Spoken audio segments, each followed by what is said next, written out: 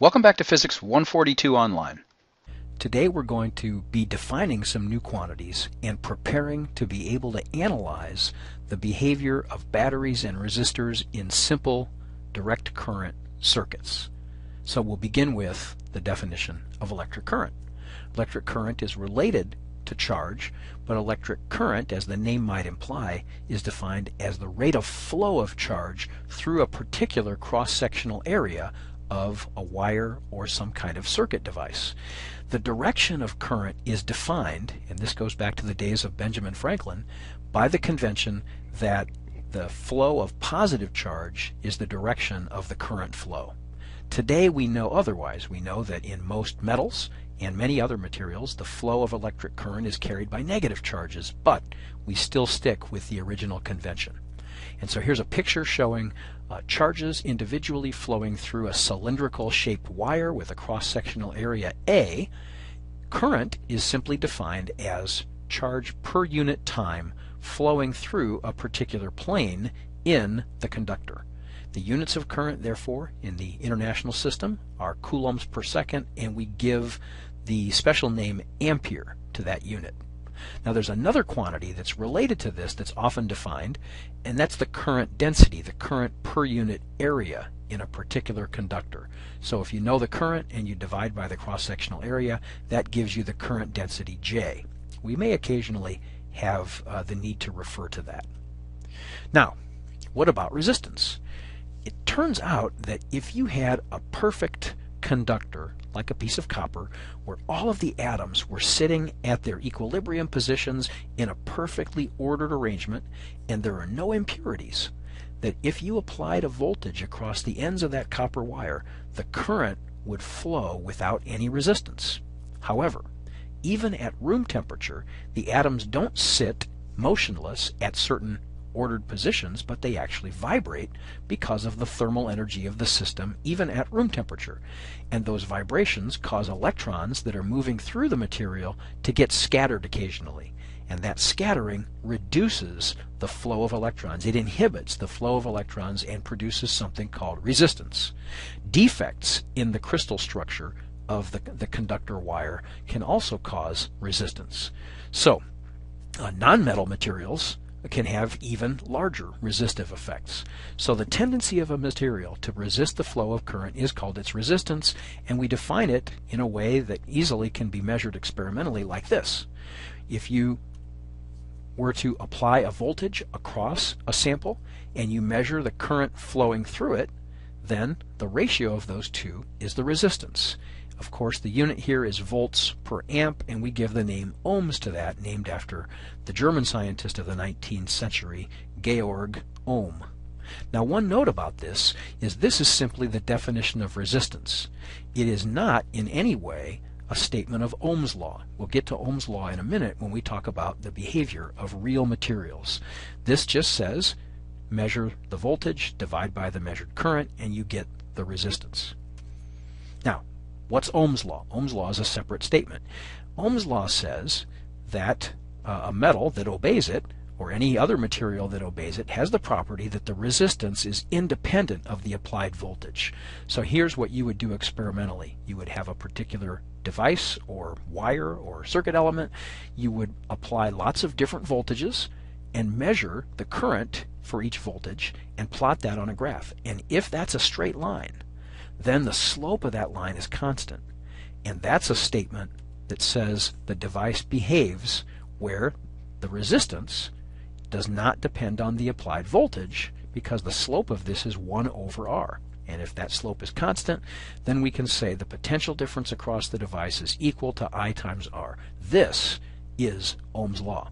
Notice on the second plot that here we have a device, and this actually is the kind of shape that you get for a diode that's widely used in electronic circuits, where as you apply more voltage, the current increases in a nonlinear fashion. And so the resistance of this device, measured as V divided by I, would be different at different voltages. And so as a result, this is characteristic of what's called a non-ohmic device. It does not obey Ohm's law, even though the definition of resistance is the same as it was for an ohmic device. So, what does resistance depend on? Well, the value of R for a real-world wire or resistor that goes into an electronic circuit depends on what the material is made out of, but also on the size and shape of the sample. And so we can express the resistance of a wire in an equation that separates these two contributions. We can write it like this. R is the resistance in ohms that we would measure. Rho is a quantity that's called the resistivity.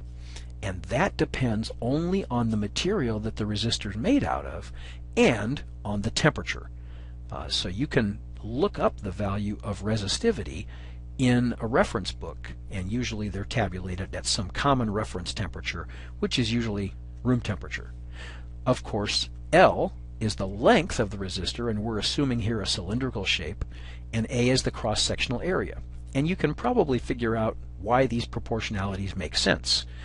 If resistance comes from scattering of electrons off of atoms, well, the longer the resistor is, the more chance there is for that to happen.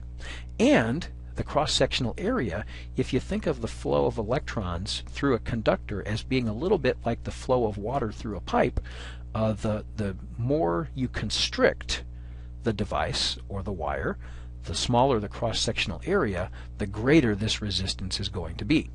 And so this equation separates out how resistance depends on the material properties and how it depends on the size and shape of the resistor.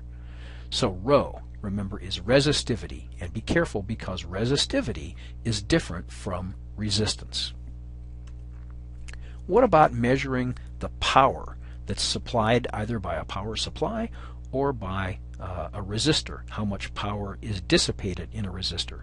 One of the things that you'll notice if you ever use resistors in a circuit, if you apply enough voltage across those resistors, they will actually heat up a little bit over time.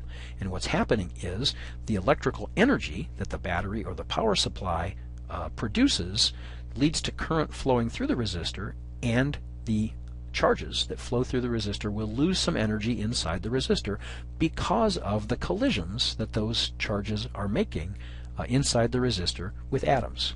So it would be helpful for us to define that power. Power, remember, is energy per unit time. So the power supply or a battery is a device that does work on charges that flow inside the power supply, and what that does is it gives those charges more energy and keeps them able to flow around a circuit loop. When they encounter other circuit elements like resistors, they lose energy. And so having a battery allows for charges to flow continuously. So we can use our expression for the relationship between a change in potential energy and charge and a potential difference like this. So what we want to do is consider a tiny amount of charge, dq, acted upon by a battery with potential difference V, and du represents the energy increase. So in a time dt, if that's how much energy is being absorbed by the charge, in a time dt we can divide both sides by dt, and we can see that the time rate of change of energy, the rate of energy increase of a charge flowing through a circuit, is equal to the potential difference that it experiences times dq dt, which is nothing more than the current. So if you have a power supply that supplies a voltage V and a current I is coming out of it, then the product of those two gives you the power. This also holds true for a resistor, but for a resistor we can take that result and use Ohm's law, if Ohm's law applies, to express the power in two slightly different ways that might be more useful if we're looking at the properties of the resistor alone. So if you substitute V equals IR into the expression for power, you get I squared R. And so if you know the current flowing through a resistor and you know the resistance, this gives you the power. Another way you can express the same thing is solve for the current in Ohm's law and plug it into the power equation, and that tells you that the power is the square of the voltage divided by the resistance. So if you know the voltage applied across a resistor, this gives you a complementary way of calculating the power dissipated in that resistor.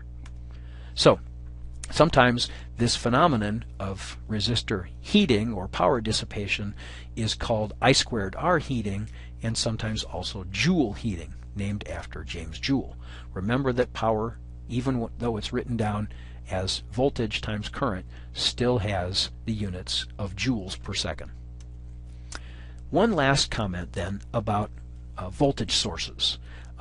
There are two different types. There are the kinds of power supplies that are commercially available. You plug them into the wall and they will give you a certain potential difference across the terminals of the power supply. And another one is a portable battery, which usually is a source of voltage that is produced by chemical reactions that go on inside the battery.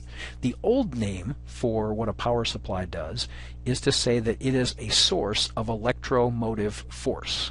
And that's just an old way of saying that power supplies produce a force on charges that causes them to move and that causes them to increase their potential energy. So EMF stands for electromotive force, and let's just look at two different types of EMF. First, there's the ideal battery or power supply, where EMF, which has the same units as voltage, an EMF is produced inside, and it's ideal in the sense that whether we measure the voltage across these terminals when the battery's all by itself, or whether we connect this to a circuit and then measure the voltage that we have in both cases would be the same.